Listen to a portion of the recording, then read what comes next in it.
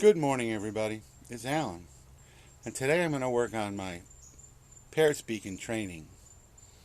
And these are all in ice cream containers, and the ice cream containers work well for me. They mainly produce a Shohin tree, or if you want to grow a tree bigger, these are a good start, and then you can pot them into larger pots. But the ice cream containers work well for me. And I've got about 30, so probably I'm going to do parts 1 and 2. And what I've decided to do is I'm going to trim them all up. And then I'm going to choose the ones I like the best. And I'm going to put them into bonsai pots. And the first one that I've chosen is the spider. And if I trim away a lot of this excess growth, you will see why it's called the spider.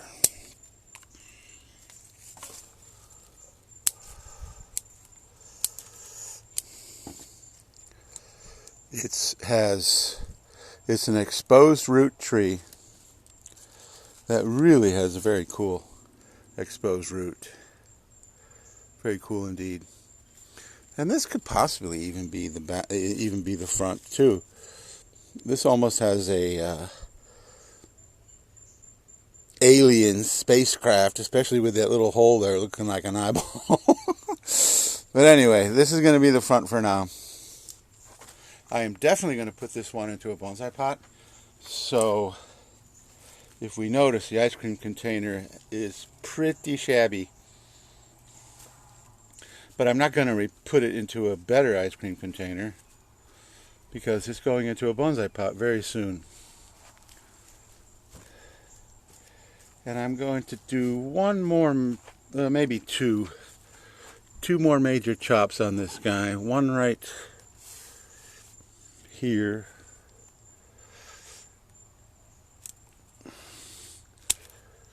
And another one right there. So the main focus of this tree is going to be the roots. The top will just be fairly small. I think I'm going to take a big chop out of this one too. And this branch here, which we see, is quite heavy. That may actually even come off too. So that's the first one. And what I'm going to do is I'm going to put the ones that I'm going to put into bonsai pots in a different section than the ones that are going to remain in the ice cream containers. And then based on which trees are going to remain in ice cream containers, I may actually refurbish the ice cream containers. So just pop the tree out of the old crusty one and put it into a nicer, newer one, which once again will probably be off camera. The main focus of this video is to just do the trimming. And this is why ice cream containers are not recyclable, and why they make a pretty good bonsai training pot is because you see this piece right here? That is a plastic film. So it's a paper insert with a plastic film along the outside, and you can see do not recycle, and that's because it's that plastic film. You cannot separate that film from the paper in order to recycle the paper. But the plastic is another reason why they last a year or two. And for me, that's perfectly fine. And like I said, I have a penchant for eating ice cream, so I have a whole bunch of brand new containers that are empty that I can put trees in where the old container has really gotten crusty. And this is a perfect example. I mean, it has no bottom. The bottom is just gone. The tree is still perfectly healthy because Parrot Beak are tough plants. So anyway, that's number one, the spider. And tree number 2 is more typical of most of the rest of them. The spider was kind of an anomaly. And they're all basically the same age. They were all taken as cuttings at the same time. They were all removed from the cutting bed at the same time. They were all potted into these ice cream containers at the same time. So they're all very similar, although each of them are unique in their own way. And I've got this wire here to center the thing so I don't end up way over here. I seem to drift to the right while I'm trimming trees. And maybe we should come up just a little bit more.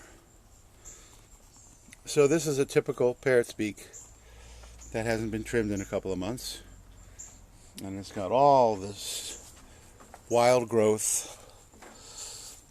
And the beauty of this wild growth is you can just take it off, knowing that none of it's really going to be part of the design. So just chop it all back.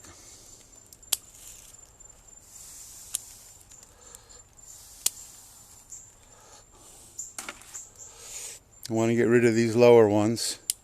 Parrot's beak, especially in the ground, tends to sucker from the base quite a bit. And if you allow a parrot's beak to just grow unchecked without ever trimming or training it, you'll get a fairly heavy-duty multi-trunk because of the suckering from the ground.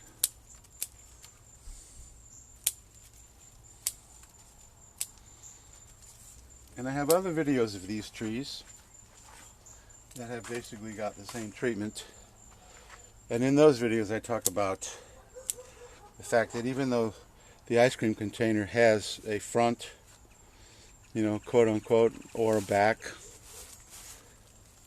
the tree is not necessarily placed in the pot where the front of the tree is parallel with the front of the pot. And this is a perfect example. I think, let me get this guy out of here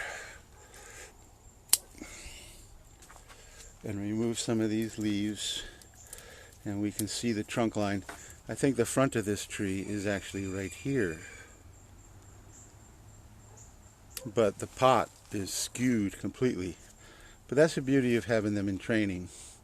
This tree could possibly go into a bonsai pot, although I think I'm still going to hold off. And now that I've cut all that excess growth, I can do a little bit more detailed pruning. The back branch is a little too heavy. And get rid of some of this. So there we go. There's, and I think I'm going to stop number them because by the time I get to 5 or 6, I'm going to forget. So that's the next one. And it has a decent movement. It's a little bit angular, but as trees thicken and grow, the angularity will soften. So that's the next one. This one here is a perfect example of their tendency to sucker from the base. So we have this growth here that is coming directly from the base of the tree, but unless I'm going to do a parent and child, which I don't think this tree is really going to be conducive to, that's just coming straight off. And that is one problem with allowing these guys just to grow unchecked for a period of time. Probably should have done this trimming a little sooner, and then I could have removed that sucker. This is another tree that the front of the tree is not necessarily parallel with the front of the container. And this is an interesting tree because it's missing a whole bunch over here. Who knows, maybe it could even be a windswept. Today it's just the cutback.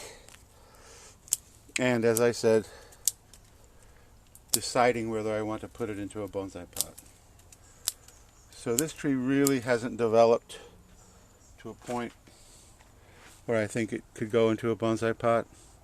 Now obviously you can do what I call premature bonsai potting, and I could put all of these in bonsai pots if I wanted to.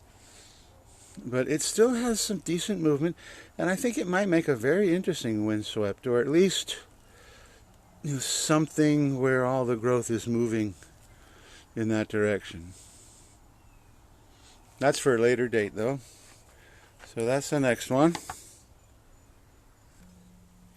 And what we're going to find as I go further into the group is that they all are very similar.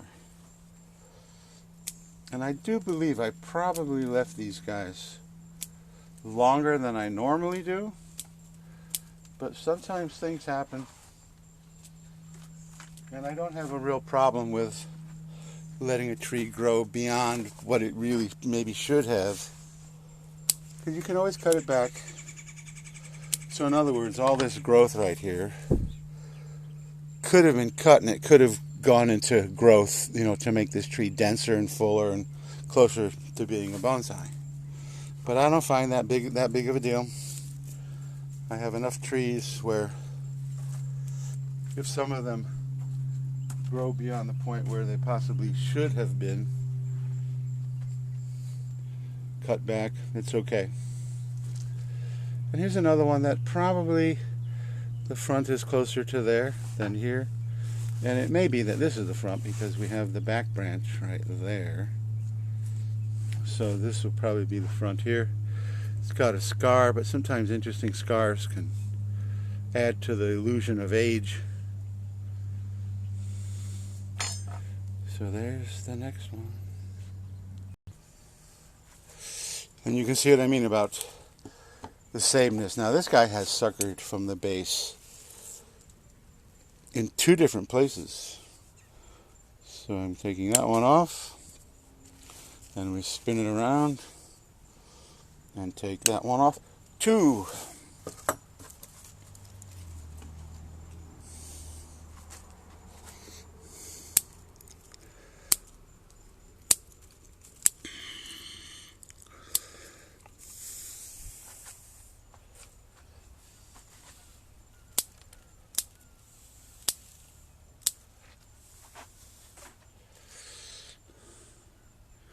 I left this because I'm thinking it might be the apex or possible apex, but if we look here, it seems like this is definitely a better apex. So then it comes off almost completely because it's part of this foliage pad. So that's a pretty nice little tree. This guy is marginal, I think. That's the back. God, we can barely see some of these things. Maybe I should zoom in. Which probably means I need to come down a little bit, like that. Get my fingers out of the way.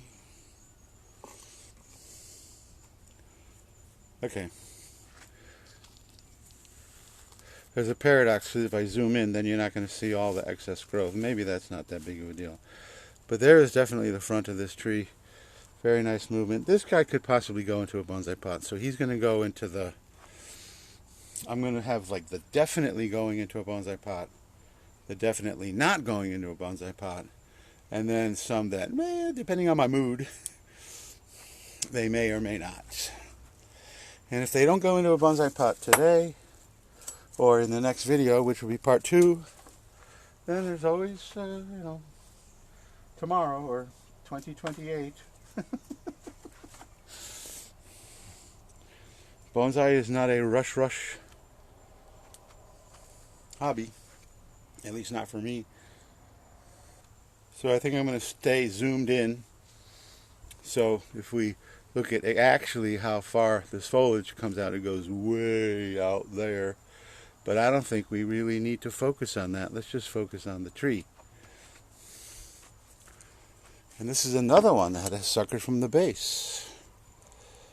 So I have definitely left these longer than I normally do, because this batch, I don't think I ever dealt with suckers coming from the base. Now we have this branch here, which is actually coming from here, so it's shooting straight across the grain, which is just a huge eyesore. And I think this guy could be in a bonsai pot too. It's got very nice movement, nice branching. Give it some cuts.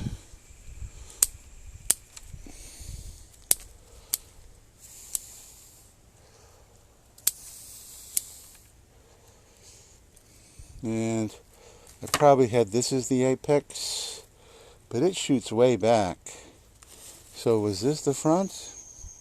No, this is a much better front. And once again, it's not parallel with the container. But that happens more times than not, actually, especially in training trays. That's why people use round pots, because then there's no front. You know, if you got a bulb pan like that, pretty hard to have a front. Anyway, I still like these ice cream containers because, well, for one thing, they're free. I've already eaten the ice cream. And they work. They don't last long, but they do last long enough. And some of these trees, you know, right now, this guy is, I think this guy is ready for a bonsai pot.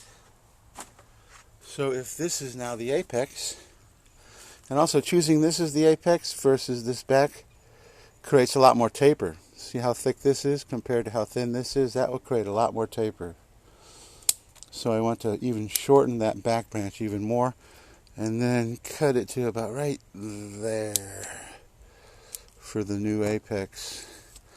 And it's got pretty decent nabari. Not perfect, but so he's going to go as a bonsai pot.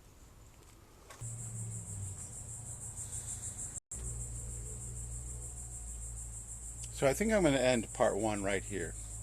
And I do want to show you this tree, and we're going to zoom out a little bit on this guy. If it'll do it for me. Thank you. And that's because this is a taller tree. So there are actually, what would it be? Three? There are three different things that are going to happen with these trees. First is the ones that I think are the nicest are going to go into bonsai pots pretty much at the height that they're in.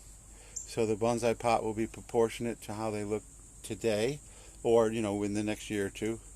Then there'll be others that need to develop a little more, which will stay in the ice cream containers, probably refurbish them with a new ice cream container because they're all falling apart pretty badly. But there's another group, and this is one of those that I wanted to include in this video, and that is trees that really need to be considerably taller. So if we do our removal, and I think this whole thing can come off, which is what I'm talking about, considerably taller. Okay, I don't know why that guy got bent down like that, but we can maybe bend this guy down the same way. Actually, I probably would like to bend him a little further up. There we got a decent back branch. But as you can see, and remember we zoomed out, this is a taller tree. This is going to be a taller tree. And so my plan for, I have numerous ones of these that are like this. My plan for these guys is to keep them in training, but step them up to a bigger size pot. So, like, if we take him out of there, put an 8-inch bulb pan, okay, put him in the 8-inch bulb pan, take him out of the ice cream container, and let it grow even bigger. Remember that bonsai has certain rules about the proportions of a tree, and one of them is the rule of thirds. And that part of the rule of thirds is that your first main branch should be a third of the way up the tree. So if we just eyeball it like this and then go like this tree is only 50% now. So then another, you're talking another, you know, let's do it like this. Okay, third, third, third. We're talking a much, much taller tree. And so it will, it's got, this tree has very nice movement, very nice motion. I really like the way it's developing. And it could conceivably go into a bonsai pot as it is and work on the proportions that it has. But I'm deciding that I'm going to let it grow even more in training. So the trunk will be thicker, it'll be much taller, and then put it into a bonsai pot, and it will be a bigger pot, bigger tree, bigger pot, completely different proportions to the ones I've been doing. And I wonder if I can snag another one. I kind of pulled this guy out of the middle. Where are we at? Let's see if we can do one more. So I'm going to zoom in on this guy just a little bit. Come on. Zoom. Oh, now it's making me go dark. Don't go dark? Okay, forget it. Sometimes my camera does that weird thing where instead of zooming it goes dark on me like that. Anyway, this is another tree that goes into a bigger training pot. I'm still going to do the initial removal, but once again, first main branch, third. This tree is going to be way up into here too. I got my concave cutters for some reason, but I guess I can. No, use a tool that's correct for the job, and concave cutters are way too much overkill for what I'm doing here.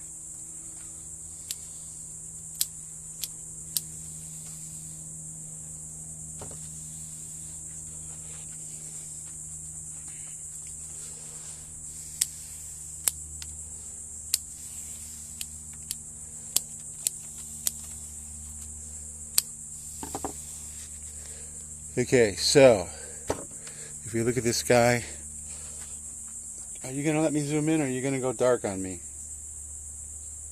Oh, there we go. And maybe one day I'll get a professional camera. Yeah, good luck with that.